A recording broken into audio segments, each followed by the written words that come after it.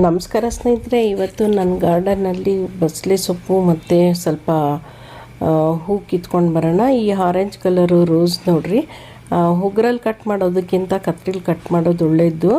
ಅದಕ್ಕೋಸ್ಕರ ಕತ್ರಿಲಿ ಸರ್ಕಸ್ ಹೊಡೆದು ಕಟ್ ಮಾಡ್ತಾ ಇದ್ದೀನಿ. ಎಲ್ಲ ಒಂದು 4 ಹೂ ಸಿಕ್ತು. ಈ ಆರೆಂಜ್ ಕಲರ್ ರೋಸ್ ಹೇಗೆ ಅಂದರೆ ಗೊಂಚಲಾಗಿಬಿಡುತ್ತೆ ಸ್ನೇಹಿತರೆ, ಸಾಕಷ್ಟು ಹೂ ಕೊಟ್ಬಿಡುತ್ತೆ, ತುಂಬ ಚೆನ್ನಾಗಿ ಹೂ ಕೊಡುತ್ತೆ ಸ್ನೇಹಿತರೆ.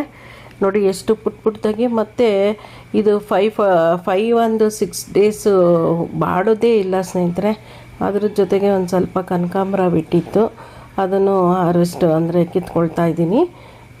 ಹೀಗೆ ಗಾರ್ಡನ್ಗೆ ಹೋದಾಗೆಲ್ಲ ಒಂದು ಸ್ವಲ್ಪ ಸೊಪ್ಪಾಗಲಿ, ಇವತ್ತಿನ ದಿನಕ್ಕೆ ನಾನು ಪೂಜೆ ಹೂವು ಜೊತೆಗೆ ಒಂದು ಸ್ವಲ್ಪ ಬಸಳೆ ಸೊಪ್ಪು ಕಿತ್ಕೊಂಡು ಸಾರು ಮಾಡೋಣ ಅಂದ್ಬಿಟ್ಟು. ನಮ್ಮ ಗಾರ್ಡನ್ನಲ್ಲೇ ಬೆಳೆದಿದ್ದು ಅನ್ನೋದು ಒಂದು ಸಂಭ್ರಮದ ವಿಷಯ ಅಲ್ವೇ. ಮತ್ತು ಈ ರೋಸ್ ನೋಡಿ, ಒಂದೇ ದಿನಕ್ಕೆ ಹರಡ್ಬಿಡುತ್ತೆ ಮತ್ತು ಬಾಡ್ಕೊಂಬಿಡುತ್ತೆ. ಒಂದೊಂದು ರೋಸ್ಗಳು ಒಂದೊಂದು ರೀತಿ. ಮತ್ತು ಈ ಕಲರು ದಾಸವಾಳ ನೋಡೇ ಇದ್ದೀರಾ, ತುಂಬ ಅಗ್ಗಲವಾಗಿ ದೇವ್ರ ಫೋಟೋಗೆ ಇಟ್ಟರೆ ಅಂತ ಅಗ್ಗಲವಾಗಿ ಎತ್ತಿ ಕಾಣಿಸುತ್ತೆ ಸ್ನೇಹಿತರೆ, ಅಷ್ಟು ಅಗ್ಗಲವಾಗಿ ಇರುತ್ತೆ. ಹರಡ್ಬಿಟ್ರಂತೂ ಭಾರಿ ಜೋರಾಗಿರುತ್ತೆ. ಜೊತೆಗೆ ಇದೆಲ್ಲ ಒಂದು ಸ್ವಲ್ಪ ಹೂವನ್ನ ಕೀಳ್ತೀನಿ. ಇದು ನಾರ್ಮಲ್ ದಾಸವಾಳ, ಆದರೆ ಇದಂತೂ ಯಾವ ವರ್ಷ ಇವಾಗ ಬಿಡುತ್ತೋ ಆ ಕಾಲ ಈ ಕಾಲ ಅನ್ನೋ ಹಾಗೇ ಇಲ್ಲ. ಈ ಶಂಖಪುಷ್ಪನೇ ಆಗಲಿ, ಈ ದಾಸವಾಳನೇ ಆಗಲಿ, ಬಿಳಿ ದಾಸವಾಳ ಮತ್ತು ಕೆಂಪು ದಾಸವಾಳ ಯಾವಾಗಲೂ ಇದ್ದೇ ಇರುತ್ತೆ. ಅದು ಕಾಲ ಅನ್ನೋದು ಏನೂ ಇರಲ್ಲ ಸ್ನೇಹಿತರೆ. ನಮಗೆ ಡೈಲಿ ಅದು ಒಂದು ದಿನಕ್ಕೂ ನಮ್ಗೆ ಹೂವು ಇಲ್ಲ ಅನ್ನೋ ಇದೇ ಮಾತೇ ಇಲ್ಲ. ಯಾರಾದರೂ ನಿಮಗೆ ಡೈಲಿ ದೇವ್ರಿಗೆ ಪೂಜೆಗೆ ಬೇಕು ಅನ್ನೋದಿದ್ದರೆ ಈ ರೀತಿ ದಾಸವಾಳ ಗಿಡನ ನೀವು ಹಾಕ್ಕೊಳ್ಬಹುದು. ಈ ರೋಸ್ನೂ ಅಷ್ಟೇ, ಈ ಆರೆಂಜ್ ಕಲರ್ ರೋಸ್ ಗಿಡನ ನೀವು ಎಲ್ಲಾದರೂ ಸಿಕ್ಕಿದ್ರೆ ಬಿಡಬೇಡಿ ಸ್ನೇಹಿತರೆ. ಆಮೇಲೆ ನೋಡಿ, ಈ ಬಿಳಿ ದಾಸವಾಳ ಆರೋಗ್ಯ ದೃಷ್ಟಿಲೂ ಒಳ್ಳೆಯದು. ಜೊತೆಗೆ ಕೂದಲು ಏನಾದರೂ ನಿಮಗೆ ಬಿಳಿ ಕೂದಲು ಏನಾದರೂ ಬೇಗ ಬರಬಾರ್ದು ಅಂದರೆ ಈ ದಾಸವಾಳನ ಬಳಸಿ ನೋಡ್ರಿ, ನಿಮ್ಮ ಬಿಳಿ ಕೂದಲು ಬೇಗ ಬರೋದಿಲ್ಲ. ಏನಂದರೆ ಆರೋಗ್ಯ ದೃಷ್ಟಿಲೂ ಒಳ್ಳೆಯದು ಅಂತ ಹೇಳಬಲ್ಲೆ. ಶಂಖಪುಷ್ಪ ಎಲ್ಲ ಕಿತ್ತು ಒಂದಿಷ್ಟು ಹೂವು ಆಯಿತು. ಇವತ್ತಿನಗೆ ಸಾಕು ನನಗೆ.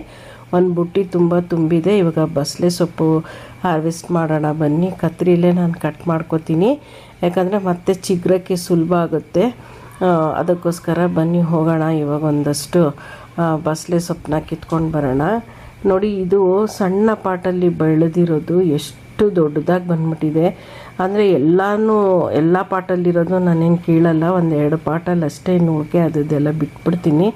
ಇದು ಎಳೆದೇ ಇರೋದ್ರಿಂದ ಗಡ್ಡಿ ನಾನು ಒಂದಷ್ಟವರೆಗೂ ಕಟ್ ಮಾಡಿಬಿಡ್ತೀನಿ. ಉಳಿದಿದ್ದು ಇನ್ನು ಎಲೆ ಕಿತ್ಕೊಳ್ತೀನಿ. ನೋಡಿ, ಬಂದಿರೋದು 2, ಆದರೆ ಎಷ್ಟು ದೊಡ್ಡದಾಗಿ ಬಂದ್ಬಿಟ್ಟಿದೆ ಅಂದರೆ ಕಟ್ಟುಗಟ್ಟಲೆ ಬಂದ್ಬಿಟ್ಟಿದೆ. ಅದನ್ನು ಎಲೆ ಅಷ್ಟೇ ಕಿತ್ಕೊಳ್ತೀನಿ ಸ್ನೇಹಿತರೆ.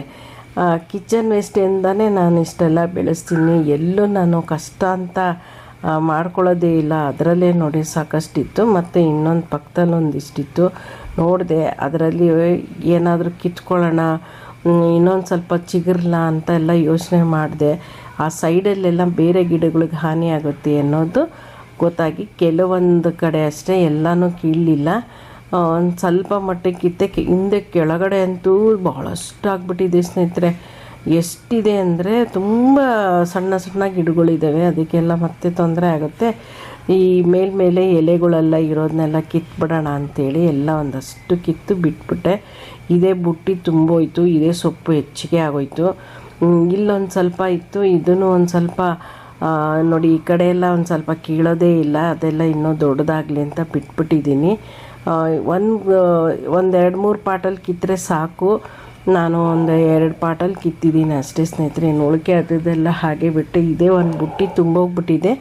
ಇದನ್ನು ನಾನು ಇದೇ ಸಾಂಬಾರು ಮಾಡೋಷ್ಟರಲ್ಲೇ ಹೆಚ್ಚಿಗೆ ಆಗೋಯ್ತು. ಇವಾಗ ನೋಡಿ, ನನಗೆ ಇದು ದಾಳಿಂಬ್ರೆ ಹೂ ಬಿಟ್ಬಿಟ್ಟಿದೆ. ಅದನ್ನು ತುಂಬ ಖುಷಿಯಾಯಿತು. ನೋಡಬೇಕು ಕಾಯಿ ಹೇಗೆ ಕಚ್ಚಿದೆ ಅಂತ. ನೋಡಿ, ಇಷ್ಟು ಒಂದು ಬುಟ್ಟಿ ತುಂಬಿದೆ. ಇನ್ನೂ ಸಾಕಷ್ಟು ಗಿಡದಲ್ಲೆಲ್ಲ ಹಾಗೆ ಬಿಟ್ಬಿಟ್ಟಿದ್ದೀನಿ.